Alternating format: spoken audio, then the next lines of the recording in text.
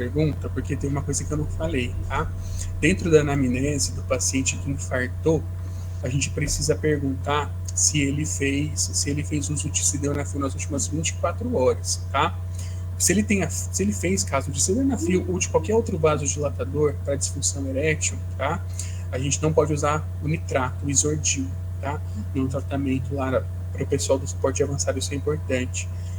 Porque isso pode potencializar uma hipotensão importante, tá? Os dois eles agem em sinergismo e o paciente pode ficar muito hipotenso da associação dessas drogas. Agora, respondendo a sua pergunta, a circulação colateral, tá? É uma realidade, isso é verdade, isso acontece, tá? O nosso organismo ele é muito inteligente. À medida que a gente vai tendo obstrução coronariana, né? A obstrução crônica são coisas diferentes, né? A doença coronariana crônica, a doença coronariana aguda são coisas diferentes.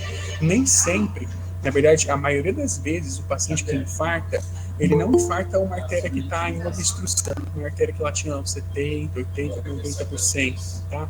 Normalmente, a lesão coronariana que leva à ruptura, que é a principal causa de obstrução coronariana, né? Porque o obstrui é o trombo e não a placa em si, por conta, são as placas menores, né? As placas menores que têm uma maior instabilidade de placa. A gente sabe isso por porcentagem de lipídio que tem na placa, por características de capa fibrótica, toda uma anatomia, né? Então a gente sabe que as placas que mais infartam, que mais levam ao infarto, com supra, né? Aquele infarto clássico, são as placas menores. Mas no doente coronariano crônico, que vai tendo aquelas placas que vão crescendo, né? Cada vez mais comum, principalmente de novo diabético.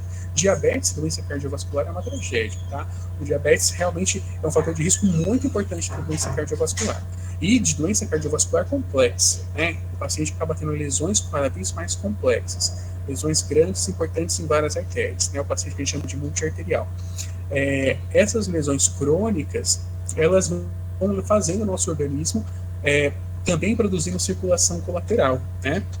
Isso também por isso que isso pode acontecer, por exemplo, sinais de isquemia silenciosa, o paciente que faz um infarto não tem dor, né, e não sente, só vai descobrir isso no exame de rotina, porque a circulação colateral conseguiu suprir de alguma maneira aquela obstrução naquela região, tá? Então isso é comum, principalmente nas pessoas que têm doença crônica e nos mais idosos, tá?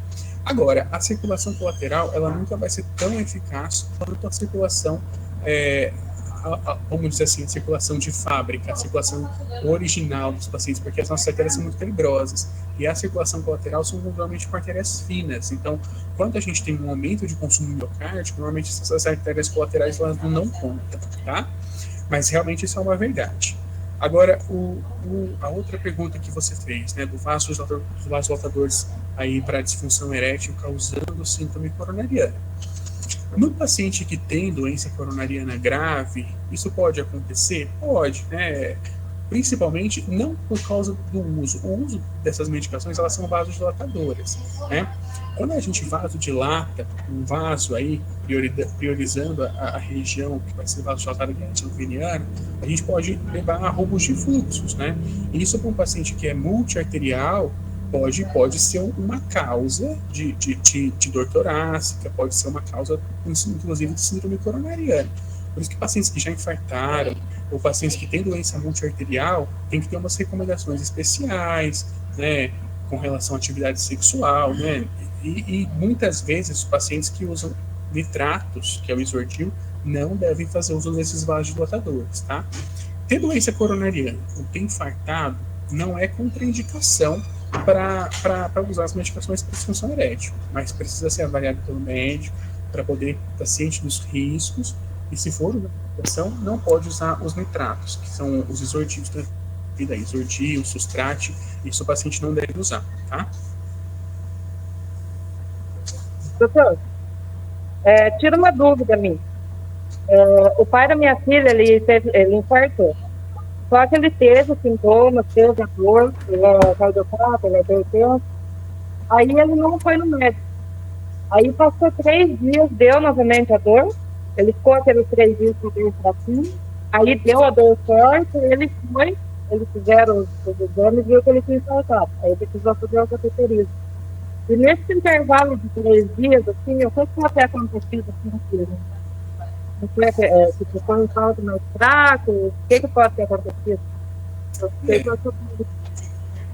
assim, Patrícia, normalmente, né, o paciente que tem uma instabilidade de placa, que é a principal causa do infarto, aqueles que têm placa coronariana, né, eu digo isso porque essa é a causa mais comum, que é a causa que globalmente a gente conhece, mas tem outras causas de infarto que não são por placa, tá? Mas isso tem que ser avaliado depois caso a caso. Mas o mais comum que a gente conhece que é por placa, pode acontecer rompimentos parciais da placa, né, que a gente chama de instabilidade. Por isso que a gente coloca como síndrome coronariana aguda, né? Antes do infarto com supra, daquela obstrução total, a gente pode ter a angina, né? Só a angina instável, que a gente chama, que é aquela dor que está mais recorrente. Há um paciente que nunca teve dor no peito, agora está tendo dor recorrente nos últimos dias, a qualquer esforço, aos mínimos esforços, às vezes até o repouso, tá? Isso pode ser rupturas parciais, tá? E aí, como ele não procura atendimento médico, não estava fazendo nenhum tratamento, ele pode ter tido um rompimento um pouco mais sério, e aí sim ter tido morte do miocárdio, né? Então, eu acredito que na hora que ele teve a dor mais forte, que ele procurou o pronto-socorro, foi na hora que realmente ele teve morte miocárdica. Talvez ele estava ali anginando, e aí ele acabou tendo uma ruptura e uma oclusão coronariana depois, né? Talvez se ele tivesse procurado antes, ele não teria infartado de fato, tá? Porque o tratamento das duas coisas são muito parecidos, né? Então, no paciente, às vezes, que está só com uma angina ali, uma angina instável, se a gente age com rapidez, a gente consegue evitar que ele tenha morte miocárdica, né? Porque o problema grande do infarto, depois, né? Não no momento agudo, o problema maior são as taquiarritmias, o problema depois é o problema da morte miocárdica, que vai levar ao que a gente vai discutir daqui a pouco, que é a insuficiência cardíaca. Uhum. Legal. Vamos lá. Não sei se alguém tem mais alguma perguntinha, mas é que o tempo nosso é curto, né, doutor? Legal, né? Depois a Aline fica brigando comigo aqui. Ah, é? Mas tá bom. Então, falando agora aqui sobre as arritmias cardíacas, doutor. Pelo que a gente tem dado uma estudada, né? Dado uma pesquisada aí, as arritmias cardíacas, toda vez que você vai abordar essa arritmia, a gente tem que saber se ela é fisiológica ou patológica, né? Isso através da avaliação clínica. Hoje, uma arritmia cardíaca compreende a frequência cardíaca menor de que 60, né? E, na bradicardíaca, né? E taquicardíaca acima de 100. Né? Isso define na literatura, certo? Então, diante dessas diferenças, doutor, bradicardíaca, taquicardíaca, né, a gente sabe que temos os bloqueios atrioventriculares, né, temos as taques supraventriculares, né, que são já uma definição de uma patologia diante dessa situação. Então, para avaliação, suporte básico, seguindo para o suporte avançado, né, sobre os sinais clínicos, aí, qual seria a sua orientação para a equipe nessa identificação desse paciente com esse problema, falando assim? Esse é um outro problema não tão infrequente que a gente tem aqui, dos pacientes que ligam, por exemplo, falando que estão com palpitação, né? Eu passo a minha experiência para vocês porque eu estou na regulação, e aí, quando um cardiologista ouve que alguém está com palpitação, a gente fica realmente apreensivo, porque pode ser nada, pode ser muita coisa, tá?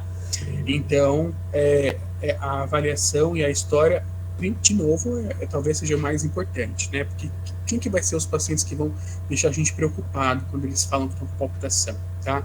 Pacientes que já são cardiopatas, portadores de alguma arritmia conhecida, né? A gente sabe que a arritmia mais comum no mundo aí é a fibrilação atrial, tá? Os pacientes que convivem com fibrilação atrial crônica, isso está muito relacionado com o envelhecimento da população, é uma patologia mais comum à medida que a idade vai ficando mais avançada, que a população vai ficando mais comorbidades, né? A gente sabe que a fibrilação atrial é muito comum, e a fibrilação atrial, por definição, é uma taquiarritmia, uma arritmia onde a frequência cardíaca está acima de 100, e ela pode fazer episódios de alta resposta ventricular, que é quando a frequência cardíaca está acima de 120, tá? Então, para a gente identificar, sem conseguir ver, né? Porque essa é a mais dificuldade, porque a gente tem que identificar, perceber que o paciente está tendo uma arritmia sem a gente estar fazendo um eletro, né? Porque a primeira coisa que eu queria era um eletro para poder ver o que está acontecendo de fato, né? Mas aí, pela história clínica, o paciente, se ele já tem alguma comorbidade, a idade é outro fator importante, né?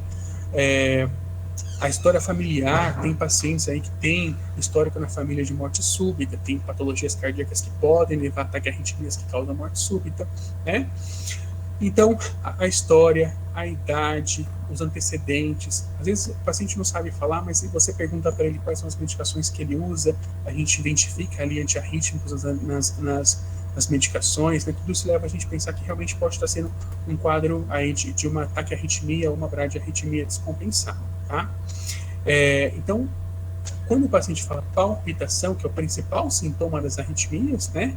Isso fica até mais fácil da gente identificar, mas as taquiarritmias, elas podem se manifestar, não só as TAC, mas as BRAD, de uma maneira genérica e comum, tá? Também como alteração de nível de consciência, tá? Também como dor no peito, tá? Também como má perfusão periférica, como hipotensão, tá? Tudo isso deve acender o sinal de alerta de que pode ser alguma coisa que realmente seja séria e precisa de avaliação rápida, tá? Mais uma vez, dentro do suporte básico, né?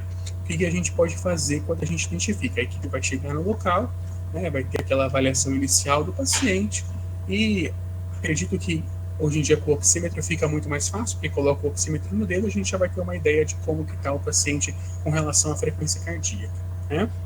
Vamos lá, taquiarritmias, frequência cardíaca acima de 100 por definição. Bradiarritmias tem discussões, a Sociedade Brasileira de Cardiologia considera a frequência cardíaca abaixo de 50 como bradiarritmia, aí não 60, como traz no manualzinho de APH do SAMU.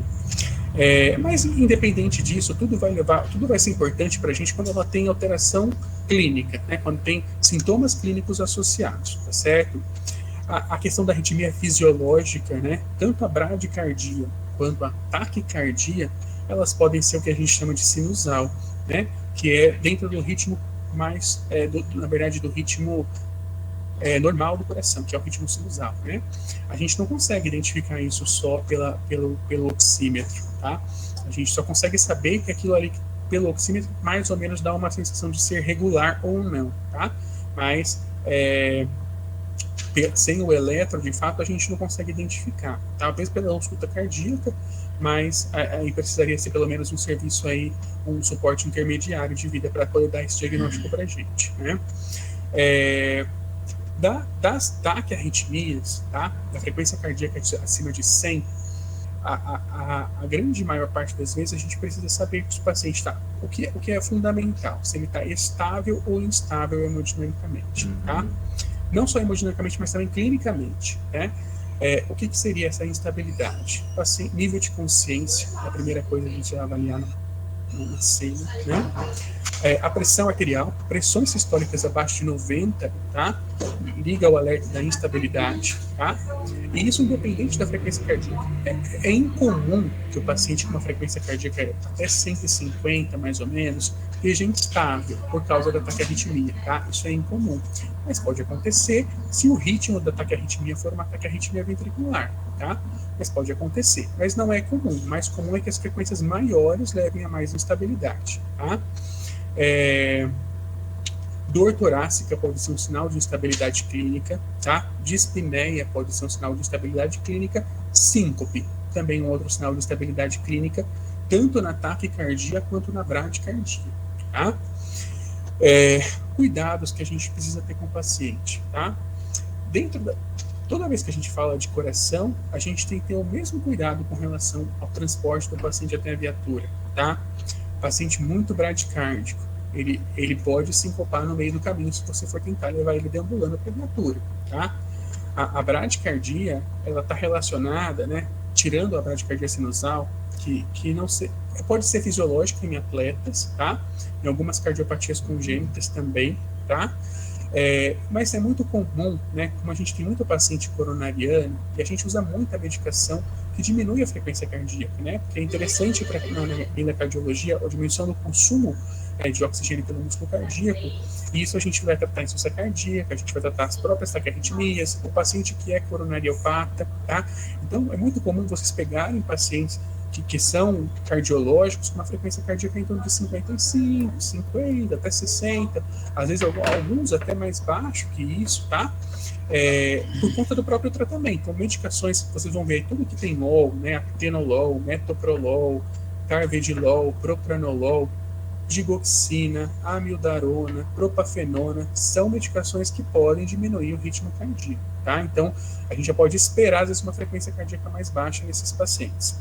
Claro, frequências cardíacas abaixo de 40 chamam mais ainda a nossa atenção para a possibilidade, tá?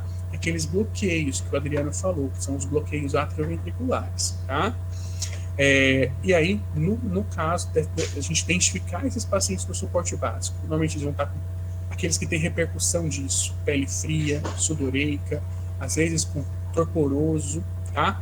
Às vezes hipotenso, tá? Dentro do suporte básico, a gente vai fazer todo o suporte de transportar o paciente com a cabeceira ali elevada, em torno de 45 graus, oferecer oxigênio se ele estiver desaturando e um acesso venoso, tá? Isso é o básico, né? É mais ou menos o MOV, que a gente chama de monitorização, oxigênio e acesso venoso.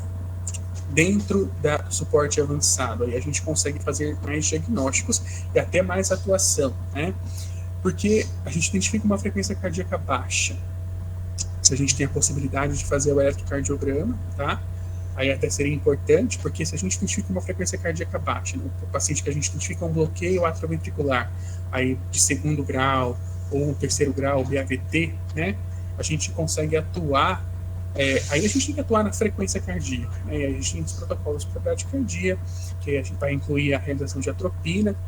Normalmente, esses pacientes com esses bloqueios graves, que eu falei, avançados, de 2º e 3º grau, eles não respondem muito bem à atropina, tá? E aí a gente tem outras medicações para fazer. A gente pode tentar usar dopamina, que a gente tem na ligatura, ou, o mais importante de tudo para a gente restabelecer o fluxo, é a instalação do marcapasso transcutâneo, tá? O marcapasso transcutâneo salva vidas, tá? Então, nesse caso, até transportar o paciente ao pronto-socorro, né? A gente aqui tem uma distância relativamente curta, mas a gente pode ter casos ali em zonas rurais, aonde a gente deve transportar o paciente com o mínimo de estabilidade, né? Então, a instalação do marcapasso transcutâneo é possível nessas situações, né? Com o paciente sedado, porque isso causa dor no paciente, mas dá para fazer, é uma coisa simples, né? Então, o emergencista ali sabe mexer com o marcapasso transcutâneo, tá? Isso é uma pincelada aí das bradiarritmias, tá? Das taquiarritmias,